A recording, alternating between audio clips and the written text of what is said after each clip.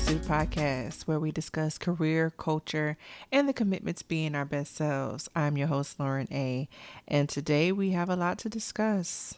It is May.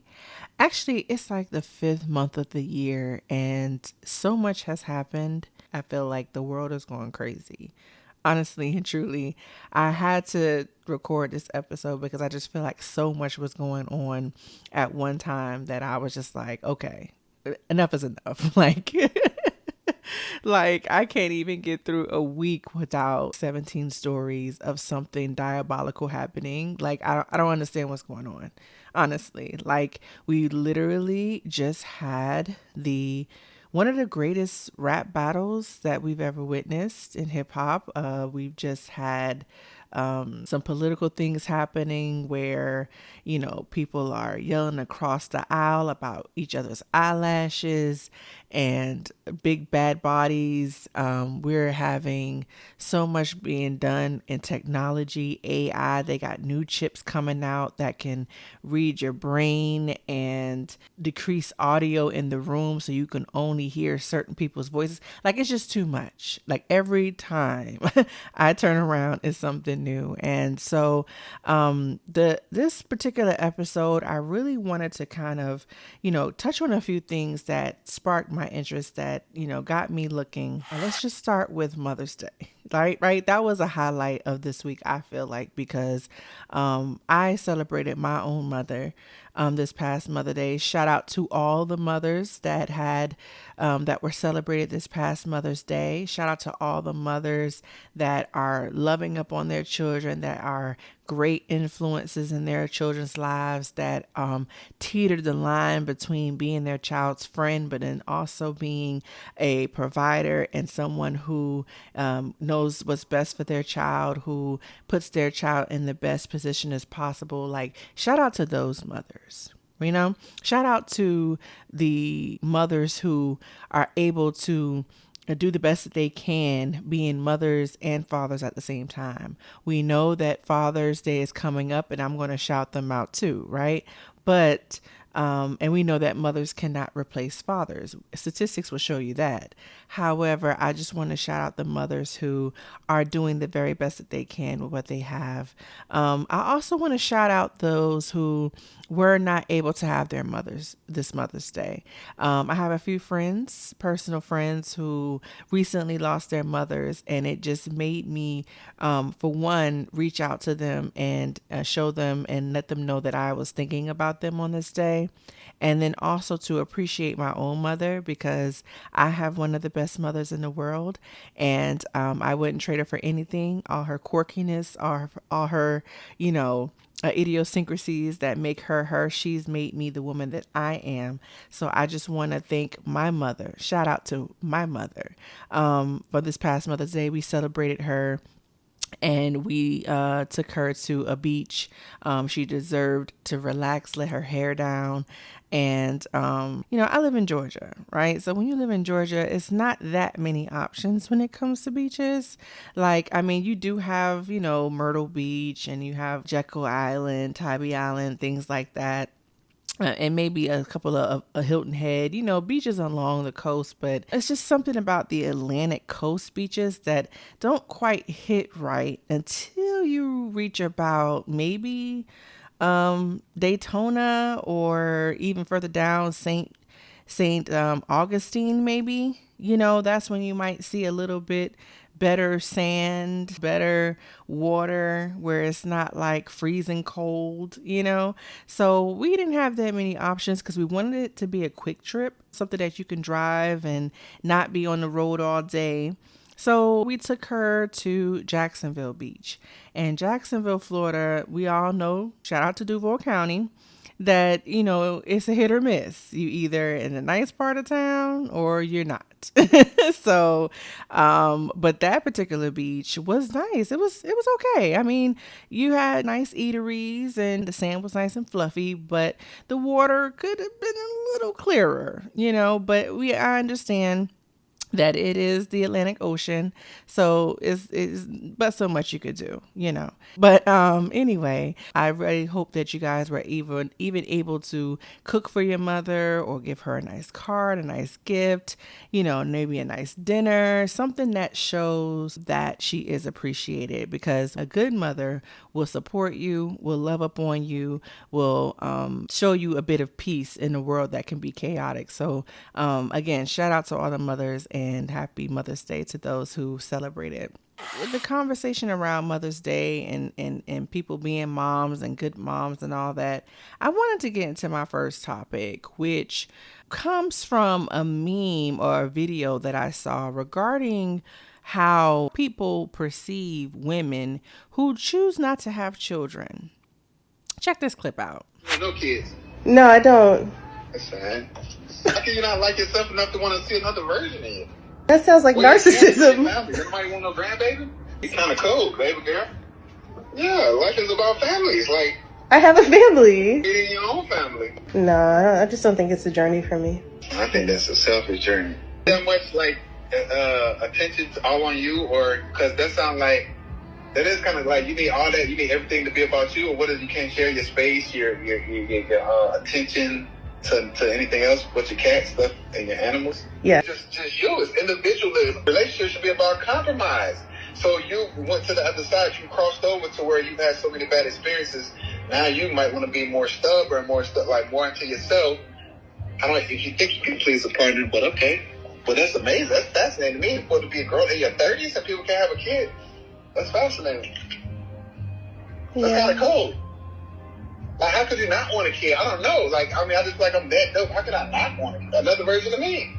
You put that online or something. No kids I could have like sworn that. it was there. Maybe I changed it and forgot to add it back or ran out of space, but I normally do write that. Well, good. I'm glad I mentioned it. That would retain that open-mindedness about some things.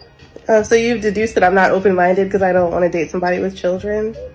Yeah, absolutely. Like, how can you? What's the open-mindedness? It sounds very close-minded. So yeah, that when I first saw that clip, guys, I was livid. I feel like, you know, so much is put on to people. So many people project their own feelings onto people when it comes to having children that it's just ridiculous. I really feel like if you look around and see what all is going on in the world, you cannot be mad at somebody who decides not to have children. Like, you know, I understand when it comes from the perspective of, you know, people talk about legacy, and we had a conversation about legacy versus lineage before, but, you know, what people decide to do with their own uterus is none of your business. It's none of your business. And when you project, I'm talking about actual shame and guilt onto people about whether or not they choose to have children or not, I just think that that's insane to me, because for one, you don't know the medical reasons why they can't have children. What if that's a thing, right? You don't know if that person actually had a child and maybe miscarried or had a stillborn and they just decided not to do it again. You don't know that. And then you also just don't know that if people don't want to have children, that's their prerogative. But there's so many things in this world that's telling women that if you don't have children, that you're not valuable, that you're useless, that you're not, basically, you're not living your purpose. You know what I'm saying?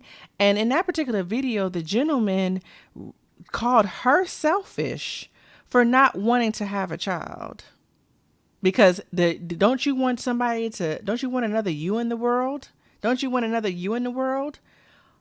Well, sir, isn't this ironic that you're calling me selfish, but you want somebody to mimic you or look like you or follow you around, and that's not selfish?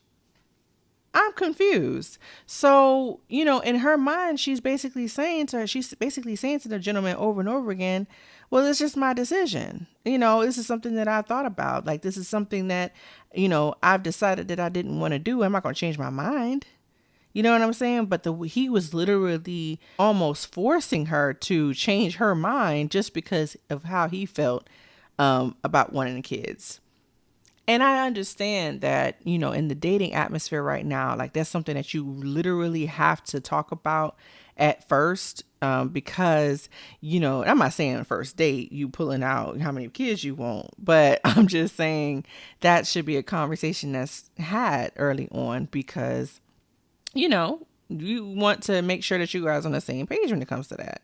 First of all, you want to see if that person already has children and if they want to have more. Because if you're not on that same page, we've seen how that can unfold, right? You have incidences where, the person ends up resenting that person for not wanting a kid, that another person may step out and have another kid, and then have to bring that kid to that new relationship, infidelity, all that comes with you guys not being on the same page. So it will behoove you to have that conversation. There's nothing wrong with that.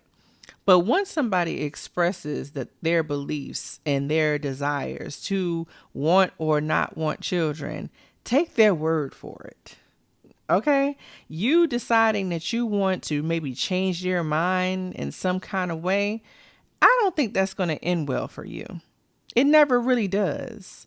Because for one, if somebody tries to have a child to, change the relationship or make somebody want them more, then again, you've literally forced that person to have a kid that they don't really want.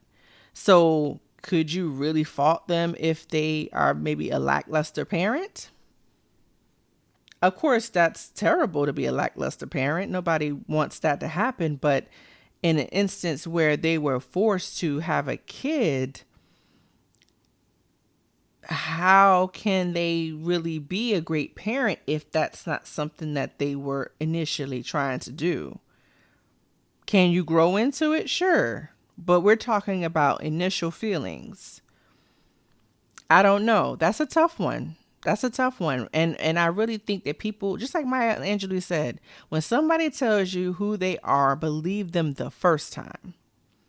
If their opinion changes later on their own accord, then that's fine. But you forcing them to make that change, I don't see it ending well for both parties when that happens. So I thought that was really interesting video because I've seen it quite often in the social media space, how people are really shaming those who decide that they don't want to have children for whatever reason. But at the end of the day, that's their reason. It's their body and that's their reason. Because the conversation then sometimes rolls over into the modern woman, and what we may prioritize, because we understand that back in the 1950s, where women didn't have that many opportunities or didn't really have, they had the ambition, but didn't really have the means to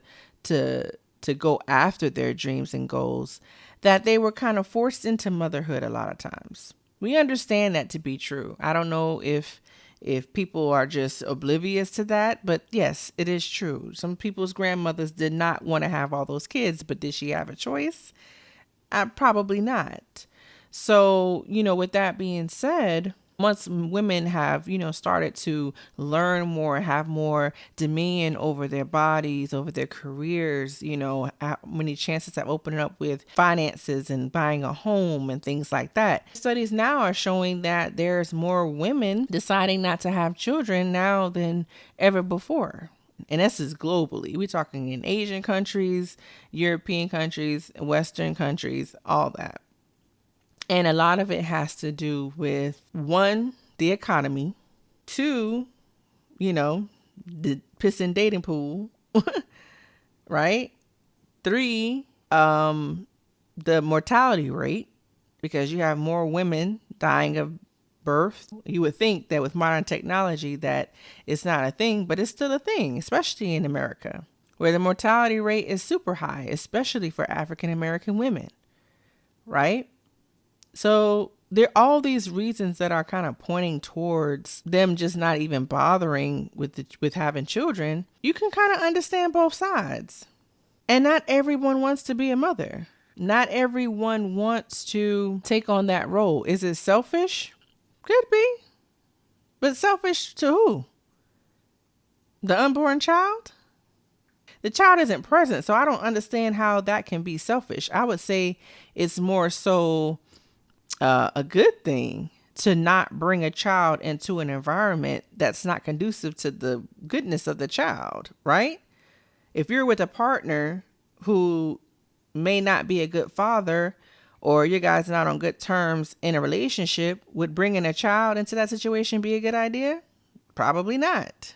If you are in poverty and you're not able to afford, good health care, a nice roof over the head, good schools, a good community. So, having measures in place that, where you're able to practice, sex safely, that you're making right decisions, that you are getting your life in order.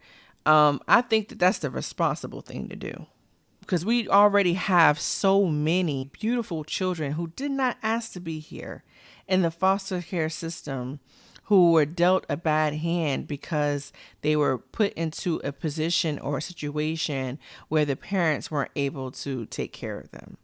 And, as long as we don't take accountability and make the right decision to be proactive and not bring children into terrible situations, then I just don't see how that's a good thing. It seems like in that situation, she dodged a bullet with that guy.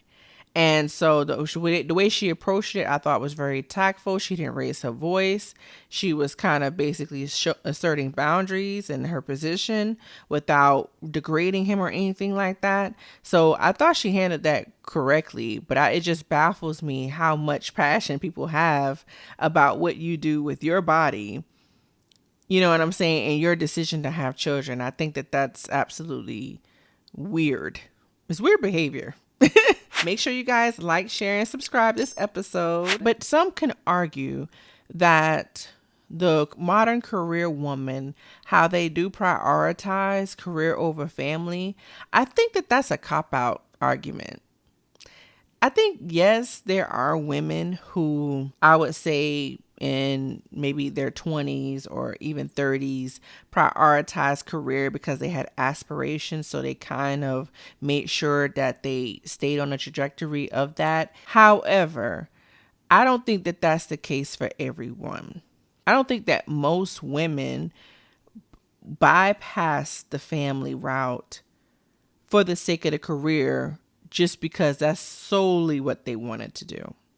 Again, let me clarify, because people like to twist words. Yes, there are women who are gung-ho about their career. They're perfectly fine with their family and their friends and their career, and they're completely fine with not having a spouse or children. That is absolutely their prerogative. That is absolutely fine. But what I'm saying is that a lot of women find themselves very preoccupied with their career because it is something that they know that brings them security. You see what I'm saying? If I don't have a partner who I think that I want to spend the rest of my life with or procreate with that's in my vicinity, why not go after my goals? That's the obvious thing to do. I still want to provide a lifestyle for myself. They still want to be able to travel and enjoy the world and learn new things and get degrees and have life experiences. They still want to be able to do that. So what they're going to do, put their lives on hold until that person comes along? I don't know if that makes, total sense. So in the interim, until they meet the love of their life, of course they're going to go after their goals and their dreams. So, when people say that, career women this and career women that, and they blame their careers on them not having a family, their own family, I think that that's not something that's a choice for a lot of women. I think the choice is, hey, until I meet the love of my life, I'm going to go after my goals and dreams. And if he or she just so happens to come along and meets me in that journey, and we're able to build and cultivate with ourselves, then absolutely. You know what I'm saying? Absolutely. You would choose that with your eyes closed. But unfortunately, that's not the case for most women because they don't meet that person. And so, everybody's situation is different. At the end of the day, I think that we should not pigeonhole people to a certain thing at a certain time just to make us happy, because everybody's journey is different. If one woman got married when she was 23 years old with her college sweetheart, and they decided to get married and have a kid 1 year later after the wedding, and that's her journey. If you have another woman over here who unfortunately who didn't meet the love of their life, but until they were 38 years old, but in the interim she got 3 degrees and her own home and her own, circle of friends and family, then that's her journey. No journey is right and no journey is wrong. And I think that we need to do a better job of letting people live their life, okay?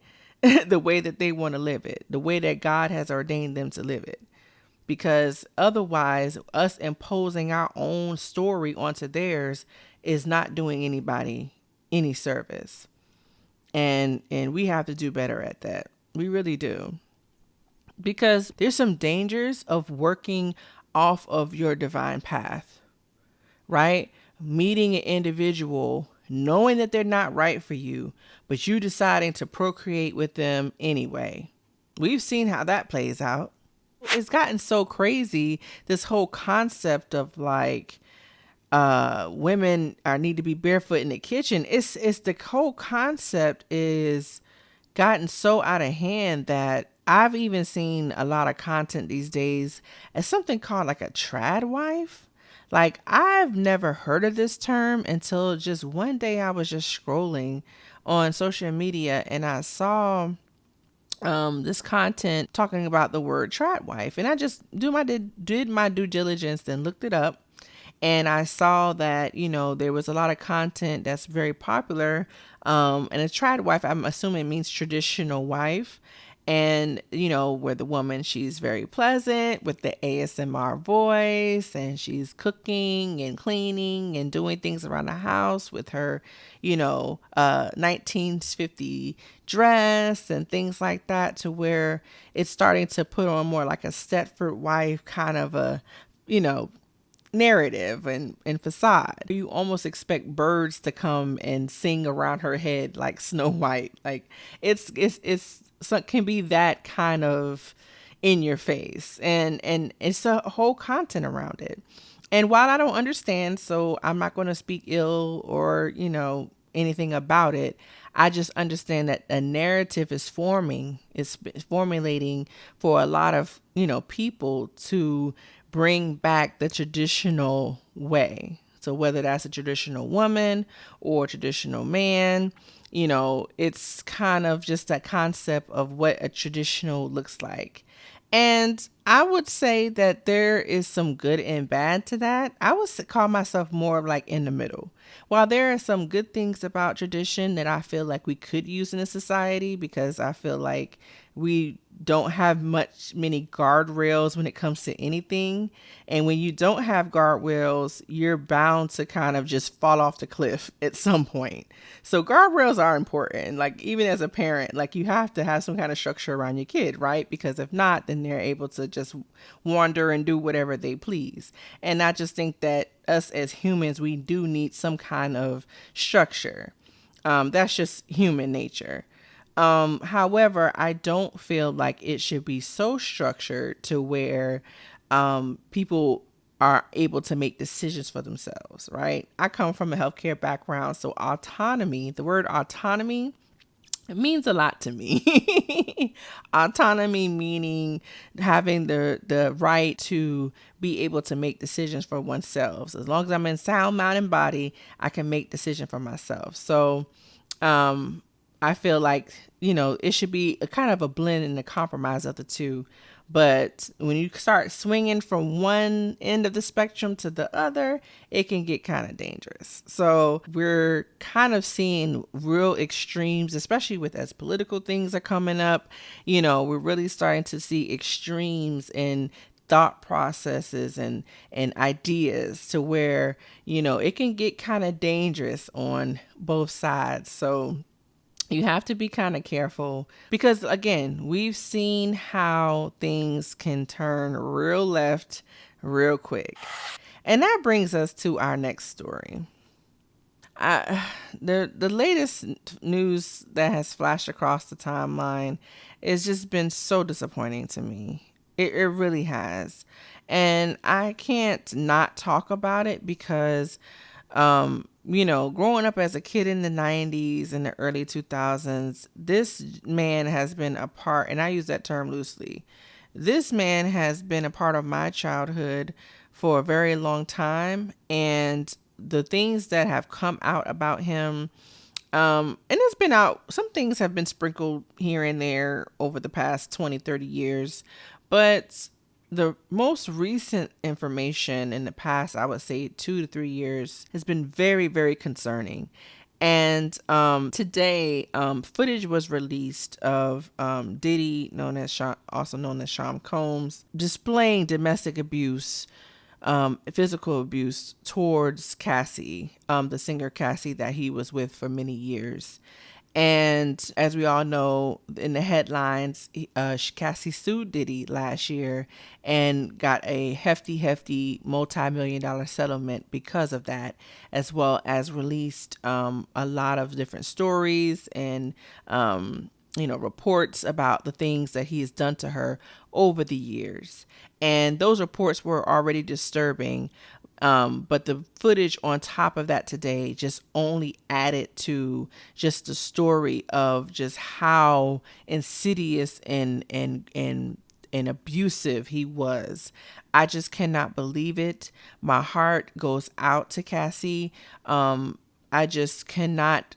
I cannot believe that someone would have so much hatred in their heart that they would display such aggression towards a woman. I feel like, say what you want about him as a music producer and a record executive and all that stuff, but what I saw with my own eyes in the video, there's no excuse for that. And I'm not an advocate of speaking out against something before, without seeing proof or knowing proof about it. So I wanted to reserve my opinion about it. But from what I saw, I just cannot believe that happened. And my heart goes out to her and her family, because that was despicable. And again, it goes back to the conversation of people inflicting and imposing and projecting what they think onto you, and they have no idea what you're going through. Because I can't speak too much about that situation, because I that's not my place to do so.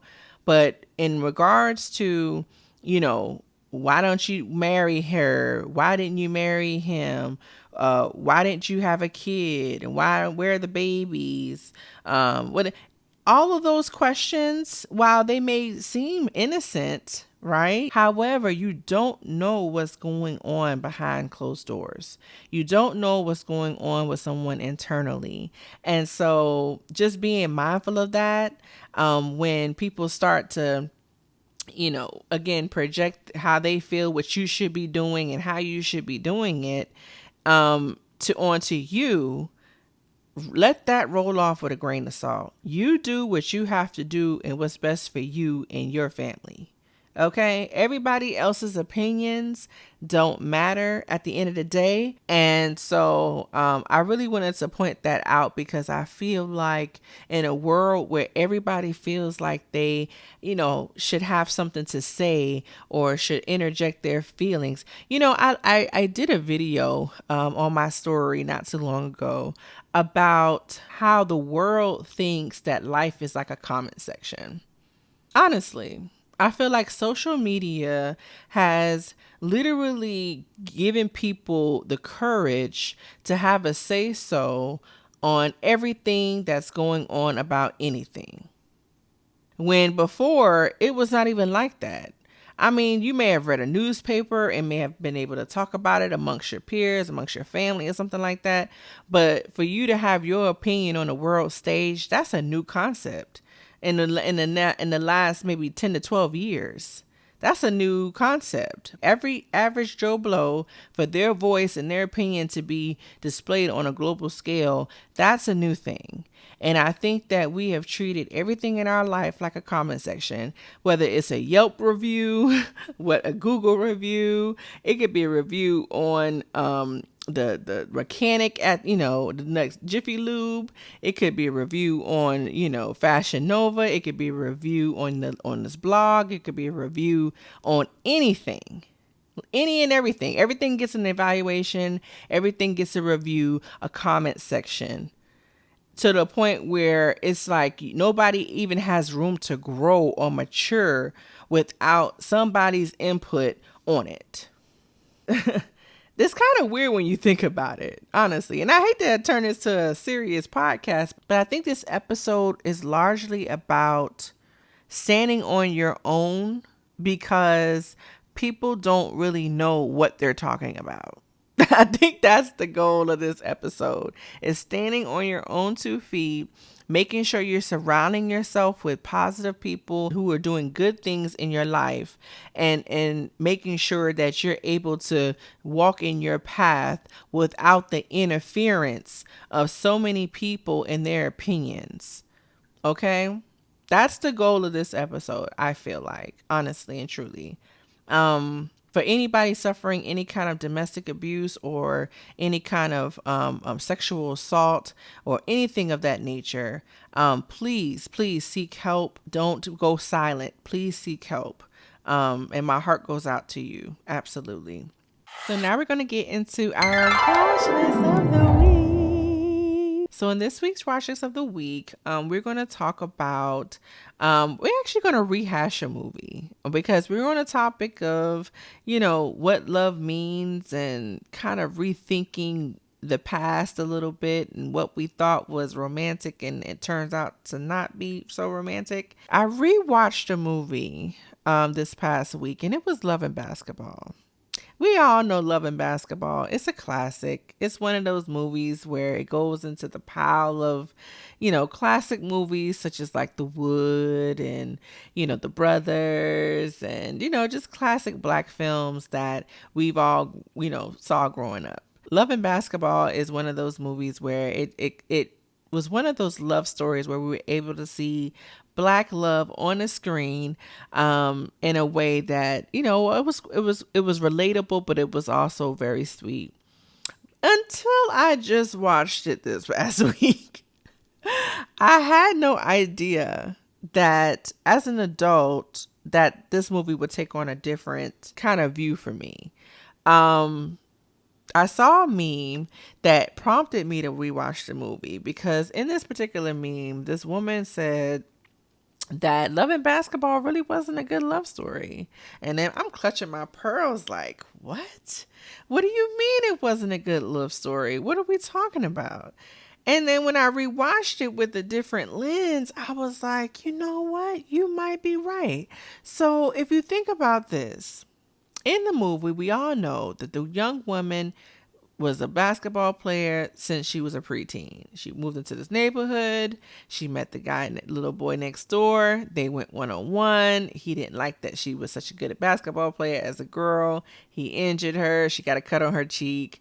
They grew up, went to high school. She's still a good basketball player. He's a great basketball player at the high school too.